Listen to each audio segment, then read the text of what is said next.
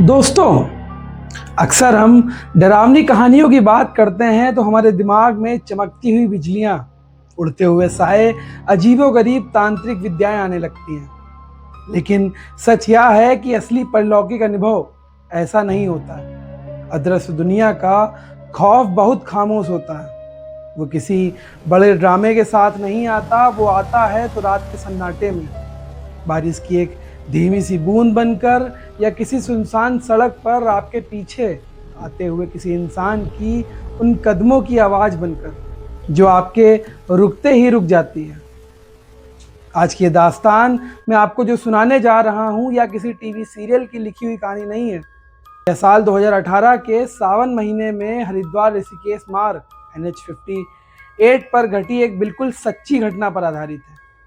एक ऐसी रात जहां दो आम लड़कों का सामना किसी ऐसे दैत्य से नहीं, बल्कि एक ऐसी खामोश दहशत से हुआ जिसने उनकी पूरी जिंदगी बदल कर रख दी। नमस्कार दोस्तों, मैं हूं अमित और आप सुन रहे हैं अमित डार्क टेल्स। अगर आप इस वक्त अपने कमरे में अकेले हैं तो हेडफोन्स लगा लीजिए, अपने कमरे की लाइट्स बंद कर लीजिए। आज बात होगी उस खौफ की जो शायद कल रात आपके आसपास से ही गुजरा। चलिए शुरू करते हैं आज की दास्तान।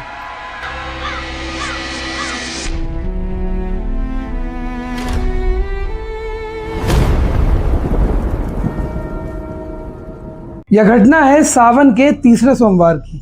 दिल्ली के रहने वाले दो दोस्त, नितेश और राहुल। नितेश मार्केटिंग में था और राहुल एक IT कंपनी में। दोनों ने सावन के मौके पर हरिद्वार जाने का प्लान बनाया।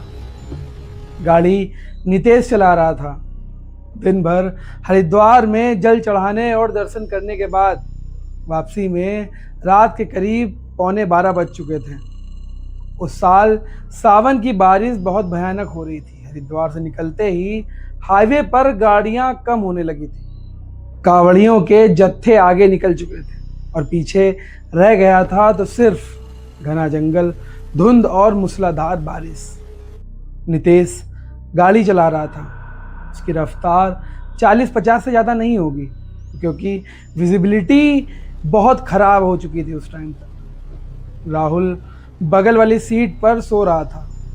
तभी रायवाला के पास जंगल वाले पैच पर नितेश की गाड़ी के डैशबोर्ड पर लगे टेम्परेचर गेज की सुई अचानक लाल निशान पर जाकर रुक जाती है। गाड़ी के बोनट से सफ़ेद धुआं निकलने लगता है।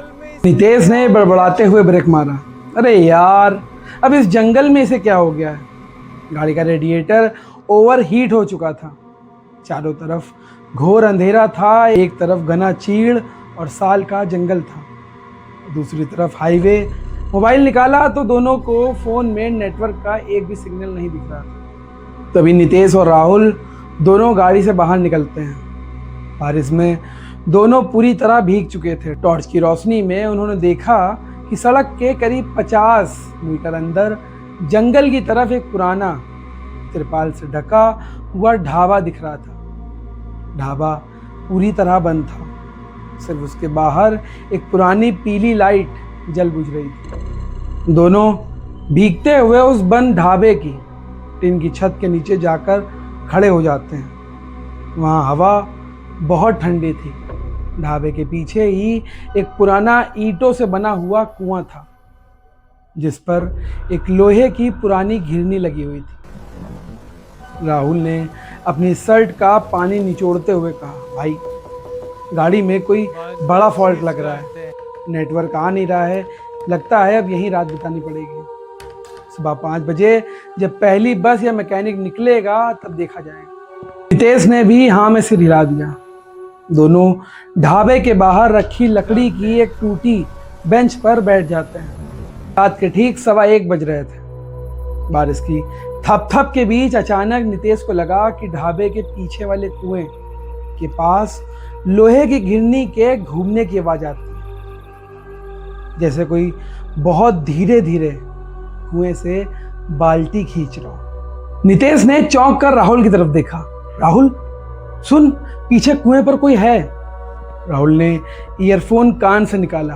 क्या बकवास कर रहा है? इतनी रात को इस मूसलाधार बारिश में बंद ढाबे के पीछे कौन पानी भरने आएगा? नितेश ने अपने फ़ोन की टॉर्च जलाई और ढाबे के कोने से पीछे कुएं की तरफ रोशनी मारती। टॉर्च की धुंधली रोशनी में कुएं की मुंडेर पर कोई खड़ा हुआ था।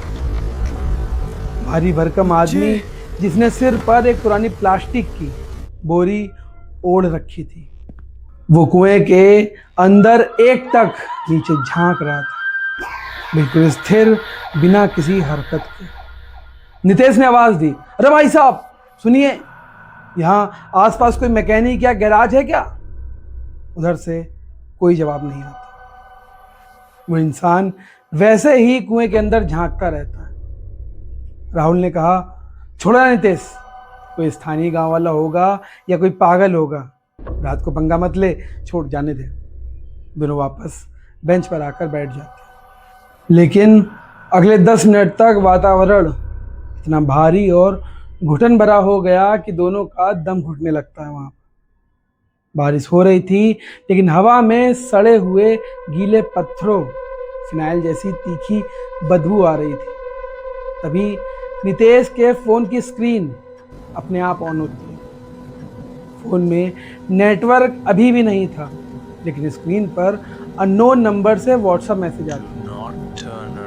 मैसेज में कोई टेक्स्ट नहीं था, सिर्फ एक 5 सेकंड का ऑडियो क्लिप। बिना नेटवर्क के मैसेज आना ही अपने आप में दिमाग सुन्न कर देने वाला था। नितेश का हाथ कांपने लगा। उसने वो ऑडियो मैसेज प्ले किया। ऑडियो क्लिप में सिर्फ मूसलाधार बारिश की आवाज़ आ रही थी और उसके पीछे से एक बहुत ही धीमी, हाँफती हुई इंसान की सांसों की आवाज़। और फिर एक बहुत ही शांत आवाज़ में कोई बोलता है, पीछे मत मुड़ना, वो कुएं वाला तुम्हारे ठीक पीछे खड़ा है। नितेश की रीढ़ की हड्डी में सिहरन दौड़ जाती। उसके शरीर का पूरा खून पानी बन गया था। उसने राहुल की तरफ देखा।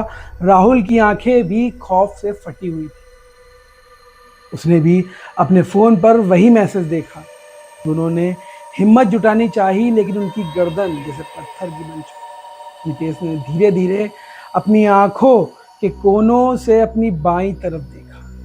बेंच के ठीक बगल में वो इंसान खड़ा था, वही प्लास्टिक की बोरी ओढ़े हुए। उससे पानी की बूंदें टपक रही थी।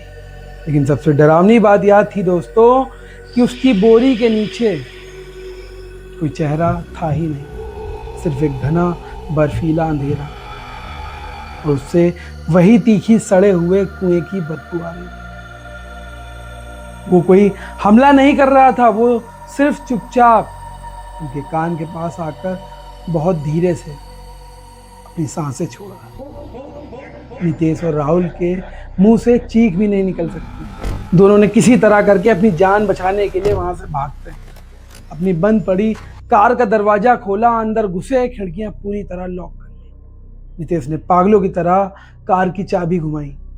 पहली बार में सेल्फ नहीं लगा, दूसरी बार में भी नहीं, और तीसरी बार में जैसे ही कार का इंजन स्टार्ट हुआ, हेडलाइट की रोशनी सीधे उस ढाबे पर पड़ी।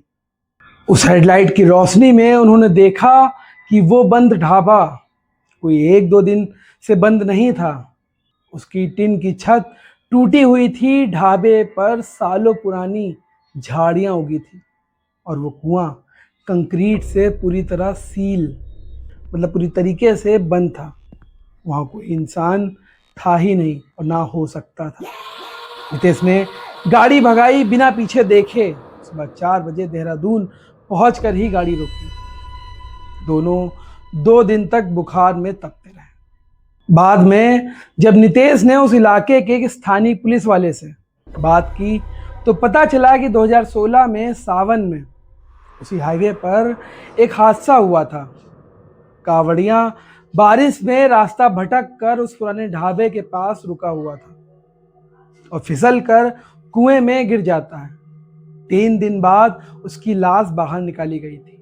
तब से प्रशासन ने उस कुएं को कंक्रीट से पक्का करके बंद करवा दिया था।